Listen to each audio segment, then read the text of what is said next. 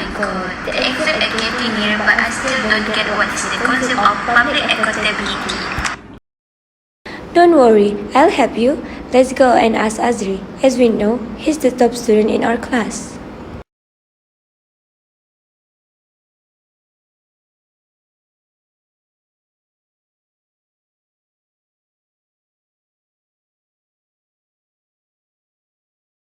Hi Azri, can you explain to me what is the concept of the public accountability? I will be honored. As we know, public accountability is the commitment of public manager to be answerable for fiscal and social responsibility in public with the confidence that they have to give report that have acceptable and pleasant of answering for fulfill responsibility that can be affect the public in essential ways. This action need to be done whenever they intend to do something so that the citizen had informed what the government want to do. Is it increasingly the citizen public interest or not? In simple words, responsibility is how to act in the obligation and accountability is how to report on the obligation. The public management have the ability to overseeing how public resources are used to involve members of parliament, court, public entities and to monitoring private sector.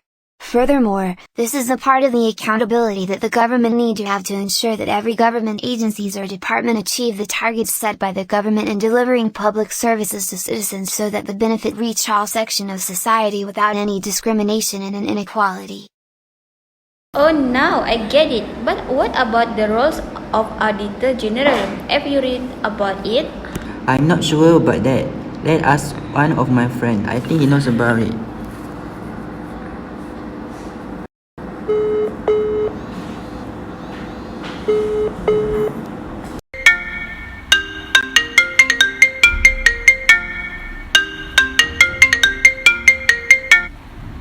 Hello Azri, what can I help you?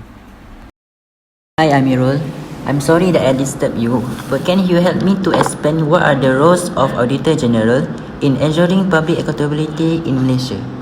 Of course I can. The roles of Auditor General in ensuring public accountability in Malaysia is to ensure all forms of protective means towards asset and public property.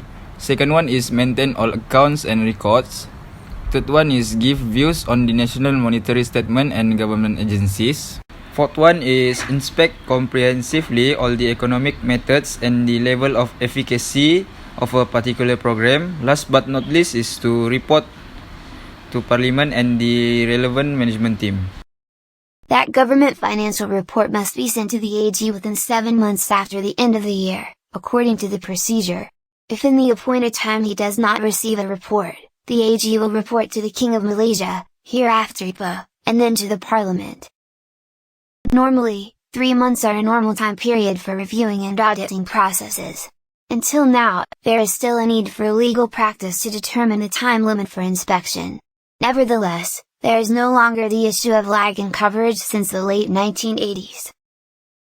The 1957 Audit Act, for instance, requires the AG to review all reports and government documents for auditing. If the need arises, all persons may be asked to explain to the AG. The audit process he was assigned to has never been disappointing, according to Tan Sri Ahmad Norden, the previous AG. His last and most significant task is to report to Parliament on his earnings. He may even choose, at his discretion, to forward the document to the and instead the ability to express thoughts without being influenced by external factors such as political pressure or fear of contract non-continuity presents a very serious challenge.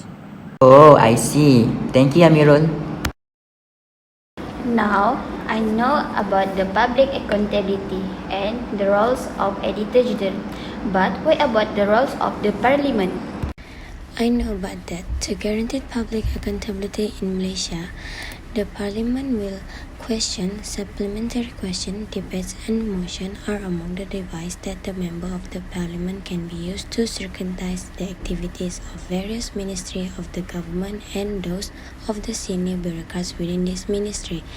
The purpose of question hour, for example, is to enable MPs to ventilate public grievance and to draw attention towards the failure of the government and its administration.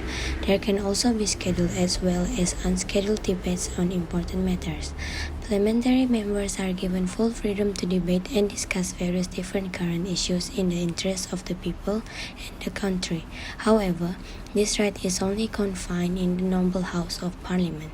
Issues related to nationality, Bumiputra rights, the Malay language, monarchy, and others are prohibited from being debated upon.